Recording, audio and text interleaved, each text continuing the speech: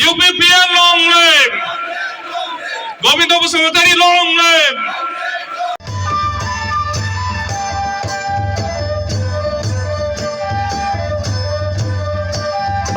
UPPL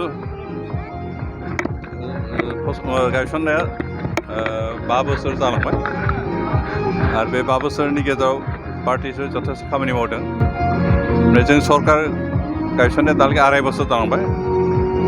पार्टिनिफ्राय 3थि बोसोरारि जथुम्मा खुंदोंबाबो दिनै सरकार हिसाबै जोंहा 2.5 बोसोर कमप्लिट जाबाय आरो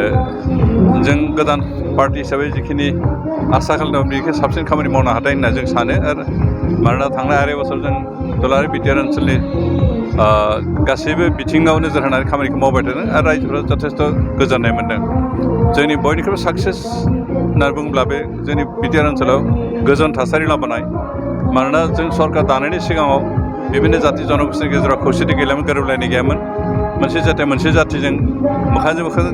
थालायनाय रायलायनो हानाय बायदि परिबेस गैयामोन खिन्थु जों सरकार दाखांनायाव गासैबो जाति जनगोष्ठीया फोथायलायनाय जयै खामानि मावनो हानाय बिदि मोनसे परिबेस सफैबाय आरो बेनिखायनो जों गोजोन थासारि लाबोनायाव अन्तत बे सरकारा साक्सेस जादों लोगोसे बिटिआर सुक्तिखौ जों इमप्लिमेन्ट खालामनाय खेथ्रआवबो जोंहा प्राय 90% जों इमप्लिमेन्ट खालामनो हाबाय मात्र 10% बाखि दं बे जिखिनि बाखि दं बे माइनर बेखिनि जों हागोन बेनिखायनो जोंनि सरकारजों साक्सेस 2.5 बोसोराव जों गोबां खामानि मावनो हादों आरो जा जिहेतु 2.5 बोसोर दंबावो बे 2.5 बोसोर जों अन्तत गासै ओनसोलनि रायजोफोरखौ गोजोननो हानाय बायदि खामानिखौ मावनो जों हागोन बेनिखायनो पार्टि वर्कारफोरखौ आं धन्यबाद होदों साबायखर होदों जे गासैबो ग्रासरुट लेभेलनिफ्राय आमाखानो गोजौ थाखोहालागै जेसेबां पार्टि कर्मी दं बिथांमोना गासैबो गोसो गोथारै खामानि मावदों आरो बेबायदि खामानि मावनायखौ दिनै जों गोदान पार्टिबो सरकार दानो हादों आरो आसा खालामदों रायजोनि आस्था जोंनि सायाव दं आरो रायजोनि आस्था लानो जों नेक्स्ट सरकार दानो हानाय बेबायदि परिबेखौ जों मोनदों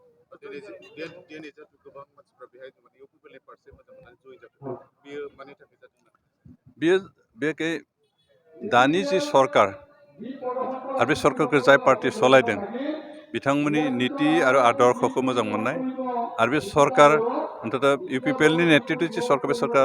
गासैबो रायजो राजाफोरनि थाखाय मोजां खामानि मावनाय बेखौ नुनानैनो बिथांमोना दिनै गुबुन गुबुन पार्टि दङ गावनि पार्टिखौ गारनानै बेयाव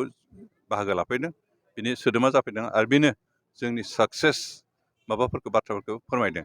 बेनिखायनो जों आसा खालामदों आरो बांसिन फैबावगोन गोबां जायगायावनो फैनो ओंखारनाय जों गुबुन पार्टिनि मानसि गोबां दं बिथांमोना थाम-थिम जाना दं आरो जों बेखौ बेबायदिनो सम बिथांमोनखौ जइन खालामहोगोन आरो जोंनि पार्टिखौ जिखिनि जोंहा दा स्ट्रेंथ दं बेनिखायनो बोलोगोरासिन जों खालामगोन UPPL भेरगाव जिल्ला कमिटिनि 3थि बोसोरसालिया जथुम्माया जानानै थाङो थामहिनबा मैयानिफ्राय नैबे भेरगाव समष्टिनि जाबांगा फोथार प्राइमारिनि सिङाव थानाय बे पुरनि भेरगाव होननाय गेलेग्रा फोथाराव भेरगाव ब्लक कमिटि आरो भेरगाव जिल्लानि बे जथुम्माया जादों दिनै फुंबिलि समाव फिरफिला दैखांनायजों लोगोसे थान्दै मेल जिरायो आरो बे थान्दै मेलाव भेरगाव समष्टिनि सिङाव थानाय भेरगाव जिल्लानि सिङाव थानाय मोनबा समष्टि बे समष्टिखौ गोख्रों खालामनो थाखाय राजनैतिक भाबै माखासे बाथ्राखौ सावरायनाय जायो आरो थांखिबो लानाय जायो जाय समष्टियाव प्राइमारि सिङाव बुथ कमिटि दानो हायाखै मेम्बारशिपआ मोजाङै ड्राइभ जायाखै बेफोरखौ मोजाङै खालामनो थाखाय दिनैनि जिल्लानि थान्दै मेलाव थांखि लानाय जादों आरो बेयाव मिरु UPPLनि गाहाय नेहाथारि राजु नार्जारि बिथाङा बाहागो लादोंमोन आरो बिनि उनाव जोंहा गेवलां मेल जायो जेराव भेरगाव जिल्लानि गार्जेन मानगोनां राकेश ब्रह्म बिथाङा बेखेवगिरि महरै आलासि महरै बाहागो लाफैदोंमोन आरो गाहाय आलासि महरै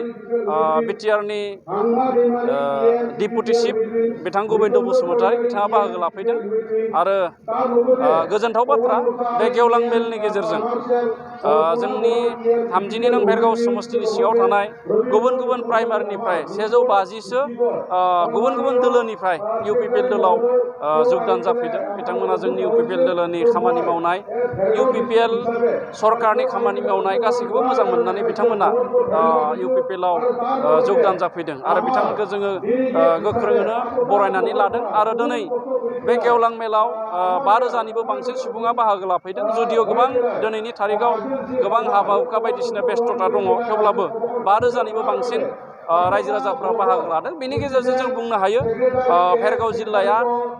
राजनैतिक भाबै UPPL दोलो हिसाबै गोख्रों जाबोदों आरो फैबाय थानाय समाव UPPLनि आखायावनो बे मोनबा समष्टियाबो उद्धार जागोन बेखौ जोङो बुंनो हायो।